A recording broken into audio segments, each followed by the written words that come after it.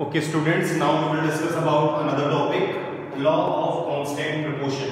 अभी तक तो हमने ये डिस्कस किया law of conservation of mass, right, और उसको हमने प्रूफ किया रिएक्शन से कि कैसे मास हमेशा रिएक्शन में कंजर्व होगा, वो चेंज नहीं होगा, right. Now we will discuss about law of constant proportion. जो जोसेफ प्राउस्ट ने ये लॉ दिया था और जोसेफ प्राउस्ट ही ऑक्सीजन, उन्होंने ही ऑक्सीजन को डिस्कवर किया था, राइट. तो क्या कहते हैं, देखिए लॉ ये कहता है कि this law states that in a chemical substance the elements are always present in definite proportion by mass. Exactly, तो अगर कोई भी कंपाउंड फॉर्म होगा तो उसमें जो एलिमेंट का रेशियो होगा वो एक फिक्स प्रोपोर्शन में होगा. तो वो प्रोपोर्शन किससे डिसाइड होगा? वो प्रोपोर्शन डिसाइड होगा उनके एटॉमिक मासेस से. Okay, let's discuss with an example. For example अगर मैं बात करूं वाटर की, ओके, तो वाटर को हम कहीं से भी कलेक्ट करें, ठीक है, चाहे हम किसी सी से कलेक्ट करें, कोई रेन वाटर है, ठीक है, कोई स्प्रिंग से कलेक्ट करें, टैप वाटर, तो वाटर का जो मॉलिक्यूलर फॉर्मूला है इसमें हाइड्रोजन और ऑक्सीजन का जो रेशियो है वो हमेशा 1:8 होगा. Let's see how. देखिए यहाँ पे दो एटम है ऑक्सीजन हाइड्रोजन के, तो 2:1 atomic mass of hydrogen and 1 atom है ऑक्सीजन को, तो 1:16, तो 216 is equal to 2:1:8. So we can say that कि अगर हम कहीं से भी कोई भी सैंपल कलेक्ट करें वाटर का, ठीक है, तो उसमें हमेशा जो रेशियो होगा वो 1:8 होगा हाइड्रोजन और ऑक्सीजन के एटम्स का. तो यही कहता है लॉ ऑफ कांस्टेंट प्रोपोर्शन का, ठीक है. सब्सटेंस कहीं से भी आप कलेक्ट करो, रेशियो जो होगा उनका फिक्स प्रोपोर्शन जो होगा वो हमेशा उनके मास नहीं होगा, ठीक है. मास का एक डेफिनेट प्रोपोर्शन होगा, ठीक है, चाहे हम किसी भी सोर्स से कलेक्ट करें तो वो हमेशा सेम ही रहेगा. तो देखिए यहाँ पर 2 पार्ट हाइड्रोजन के हैं, 1 पार्ट ऑक्सीजन का है, और जो बनता है वाटर, गैसियस वाटर H2O, उसमें हाइड्रोजन और ऑक्सीजन का रेशियो जो है 1:8 होगा. Similarly with the help of carbon dioxide हम और इसे क्लियरली समझ सकते हैं. तो कार्बन डाइऑक्साइड में देखिए कार्बन का जो एटम्स है 1:12 रेशियो 2:16, सो 12:32, ठीक है. तो इसको आप सॉल्व कर लीजिए, 3:8. we can say that in carbon dioxide the ratio of carbon and oxygen atoms will be 3:8, ठीक है. तो इमिशन किसी भी पॉइंट से हो, कहीं से भी आप कार्बन डाइऑक्साइड का सैंपल कलेक्ट करें, the ratio of carbon and oxygen will remain 3:8. यही लॉ ऑफ कांस्टेंट प्रोपोर्शन कहता है, ठीक है. I hope you all have understood कि जो एटम्स का जो प्रोपोर्शन होगा वो हमेशा फिक्स होगा, और वो प्रोपोर्शन कैसे डिसाइड होगा? वो प्रोपोर्शन डिसाइड होगा उनके एटॉमिक मासेस से, राइट. तो चलिए कुछ क्वेश्चन को डिस्कस करते हैं इसमें. देखिए, ओके, तो डिफाइन कांस्टेंट प्रोपोर्शन आपको डिफाइन करना है, और सिमिलरली देखिए क्वेश्चन है, इसको आप कॉपी कर लीजिए, ठीक है, और इसका आंसर आप मुझे भी सेंड करेंगे कि हाइड्रोजन और oxygen combined in the ratio of 1:8 as I told you by mass to form water. What mass of oxygen gas would be required to react completely with 3 gram of hydrogen gas? ठीक है, बहुत simple है. इसको अगर आप law of constant proportion से solve करेंगे बहुत इजीली सॉल्व हो जाएगा. Now we will move to next part, Dalton's atomic theory. Dalton की एटॉमिक थ्योरी क्या कहती है, देखिए, ओके. चलिए, तो डाल्टन जॉन डाल्टन पहले साइंटिस्ट थे जिन्होंने एटम्स के बारे में एक फिक्स थ्योरी दी, ठीक है. इसीलिए जो फादर ऑफ एटॉमिक रिसर्च कहे, हमें फादर ऑफ एटॉमिक थ्योरी कहे, तो जॉन डाल्टन को ही कहा जाता है, क्योंकि फर्स्ट कंट्रीब्यूशन तो डाल्टन का ही था, ठीक है. चलिए आगे बढ़ते हैं. क्या कहते हैं डाल्टन? तो डाल्टन की थ्योरी बेस्ड है लॉ ऑफ केमिकल कॉम्बिनेशन पे, मतलब law of conservation of mass and law of constant proportion, both are laws of chemical combination. तो उन्हीं के ऊपर बेस्ड है ये थ्योरी. ये थ्योरी ये कहती है कि all the matter is made up of very tiny particles called atoms. Exactly, कोई भी जो मैटर है, ठीक है, जो किससे बनता है कि छोटे छोटे टाइनी पार्टिकल्स है जिन्हें हम एटम्स कहते हैं, ठीक है. जो सालों पहले अराउंड 500 BC में महर्षि कणाद इसी बारे में बता चुके थे, जिसे उन्होंने कहा पदार्थ, जो हमने प्रीवियस वीडियो में डिस्कस किया, ठीक है. लेकिन जॉन डाल्टन ने उसको प्रूव किया और पूरे वर्ल्ड ने इसको एक्सेप्ट किया, ठीक है. And all atoms are indivisible particles, ठीक है. उन्होंने ये कहा कि जो एटम्स है वो स्मॉलेस्ट पार्टिकल है किसी भी मैटर का जो फर्दर इनडिविजिबल है. It means that we can not further divide it, हम इसे फर्दर डिवाइड नहीं कर सकते.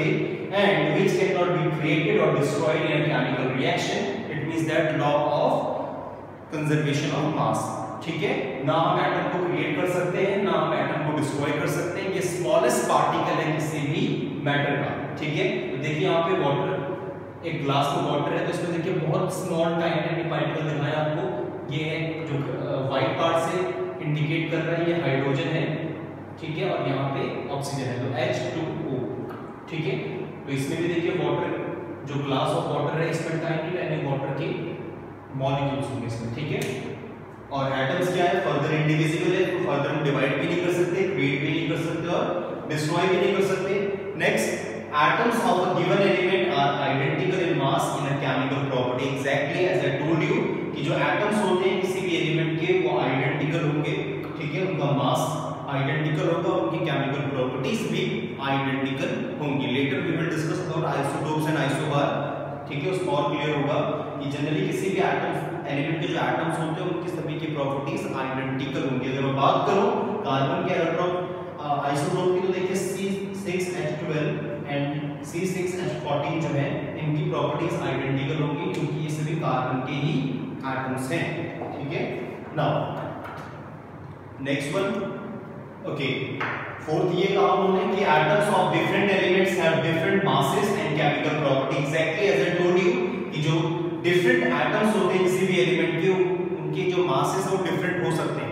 प्रीवियस उसमें क्या पढ़ा हमने कि उनके एटॉमिक नंबर सिमिलर है, मासेस डिफरेंट हो सकते हैं। इसमें हमने कहा कि उनके मासेस डिफरेंट हो सकते हैं लेकिन उनकी केमिकल प्रॉपर्टीज सिमिलर होंगी। ठीक है, जैसे फॉर एग्जांपल अगर बात करूं, अभी जो मैंने बताया तो C6H12 एंड C614, इनमें देखिए दोनों के एटॉमिक नंबर जो है सिमिलर है लेकिन मासेस अलग अलग है। ठीक है, और अगर मैं बात करूं ऑर्गन 1840 एंड कैल्शियम 2040, तो इस केस में दोनों के एटॉमिक मासेस तो सिमिलर है लेकिन एटॉमिक नंबर डिफरेंट है।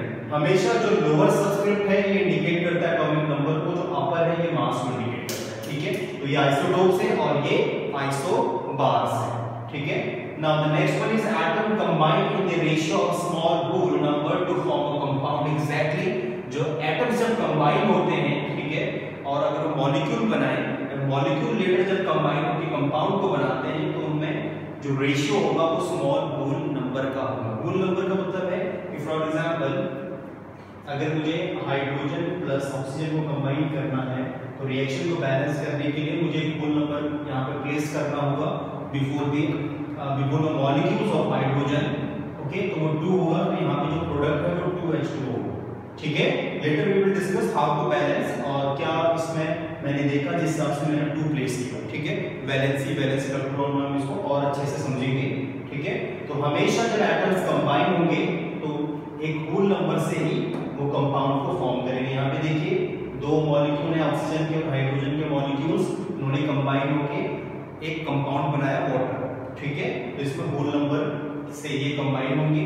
Next one is the relative number and the kind of atoms are constant in a given compound. Exactly, compound में जो नंबर ऑफ एटम्स हैं किसी भी डिफरेंट एलिमेंट के वो कांस्टेंट रहेंगे, फिक्स रहेंगे। ठीक है, जैसा मैंने बताया कि अगर हम वाटर के सैंपल को कहीं से भी कलेक्ट करें, the ratio of hydrogen and oxygen will remain same, 1:8। Okay, so let's see here, यहाँ पे देखिए हाइड्रोजन, ऑक्सीजन, नाइट्रोजन और कॉपर के एटम्स हैं। ठीक है, डिफरेंट काइंड ऑफ एटम्स हैं। एंड सिमिलरली अगर हम कंबाइन होते हैं तो देखिए carbon and oxygen, in each case अगर कार्बन मोनोऑक्साइड की बात की जाए तो carbon and oxygen will remain same, carbon dioxide की बात की जाए तो कार्बन एंड ऑक्सीजन। ठीक है, ओके, क्लियर। तो देखिए, और the relative number of atoms है, देखिए अलग अलग नंबर ऑफ एटम्स हो सकते हैं जो कंबाइन होकर कांस्टेंट कंपाउंड को फॉर्म करेंगे। देखिए यहाँ पे NO है, नाइट्रस ऑक्साइड, ठीक है, नाइट्रोजन डाइऑक्साइड, तो डिफरेंट कंपाउंड फॉर्म होंगे जब रिलेटिव काइंड ऑफ एटम्स आपस में कंबाइन होंगे। Okay, now it's question time. तो इसमें आपको क्वेश्चन को कॉपी करना है, जल्दी से इसके आंसर्स को बताना है।